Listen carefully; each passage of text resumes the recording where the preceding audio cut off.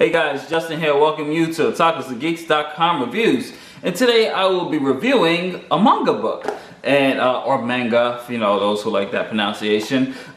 We are going to be reviewing The Promised Neverland. This is published by Viz Media, and it is in the Shonen Jump line. And this is volume 1. So as always, we give you guys a brief synopsis, and I tell you a little bit about what I thought about the book. And since this is a book, I'm going to show you a little bit of it and my thoughts. So as always, here's a brief synopsis.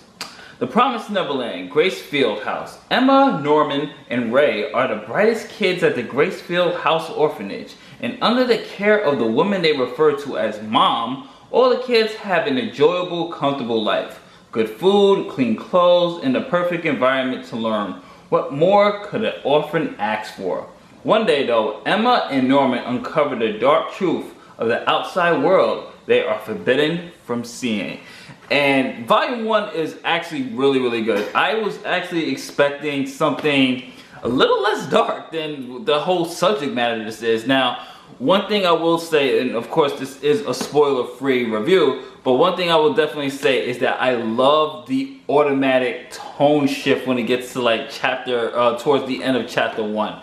In the first few pages, you get to see the life of the kids, Emma, Norman, Ray, you know, the orphans, and they have this big orphanage house. They live with other kids. I believe it's 36 in total, and they range from 1-year-old to all the way to 12, because once you hit 12 you have to leave the orphanage. That's just the rules. So you find out what happens when the kids leave the orphanage, and it's a very dark, unexpected twist, and it's really like I will say dark in subject matter. It's not dark in tone, because they haven't really showed anything graphic. So this is, I will kind of rate this, if this was a movie I would rate the book like a PG-13. They don't really show anything extremely graphic, but there is this one scene that just will make your heartstring, no matter how dark you are or how much you are conditioned to violence, and you know, you guys like you're seeing, no, there is nothing like seeing a child harmed, and it's still, it will tug your heartstrings, definitely.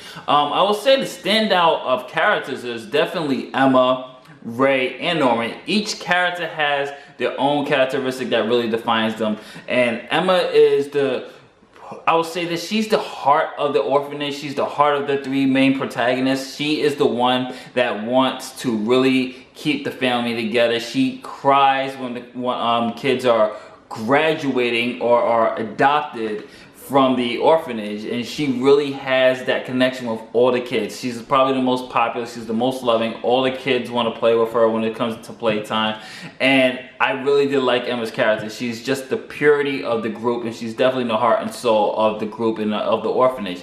The other character is Norman, who I also did enjoy reading. Norman is the smart kid. Like he has this little crush on Emma, and you'll find out later on, but Norman is definitely like the smart kid. He is always thinking intelligent, thinking of plans, thinking of things that, you know, everybody, when he's the logical one, I will put it that way. And then you have Ray, who we will call the strategist. He is more of the realism guy here. He sees things the way they are, while Emma is more of the naive. Ray is definitely on the other side of the spectrum, where he is basically the strategist. He basically is the realist, the blunt one. He's like, no, this is how it is.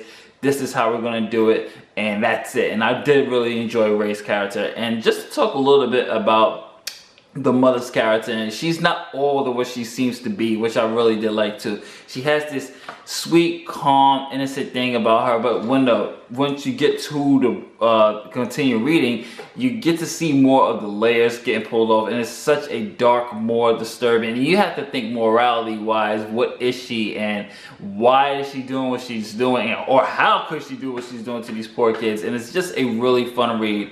So far, just to give you a little bit more talk, let me show you a little bit. Hopefully you guys can see of the art style here. The art style I really did enjoy as well. I love the designs of the characters, and let me actually go to the beginning, that way I'm not really spoiling the book, but I really do love the way the art style is. It's just the facial expressions, the way the background is. It's pretty good. I really do love the designs of these characters. It looks really good. It's really well done. and really well written. So overall, you guys, I will definitely, if I have to rate this, I will definitely say pick this up, buy the book. It's really good. I'm definitely waiting for volume 2 to see what happens to these kids, because it's really, really good. I'm definitely gonna check out volume 2. Very good, very dark, a little disturbing. I love the tone shift immediately when it came to the kids going to the orphanage and finding out certain things about the mom and why they can't leave the outside world, or what's actually in the outside world. It's very cat and mouse towards the second act. So I will say it does, the pacing does drop just a little bit towards the second act and the ending chapters, but it builds up once again to a little bit more intensity that you're dying to pick up volume 2. So definitely, you guys, this is Justin from otakusandgeeks.com. Definitely, this is a buy it rating. Do not skip it. Do not borrow it. Do not borrow it from the library. This is a buy it rating. Definitely pick this up. This is Justin from otakusandgeeks.com saying, Lady Days, catch you on the next one.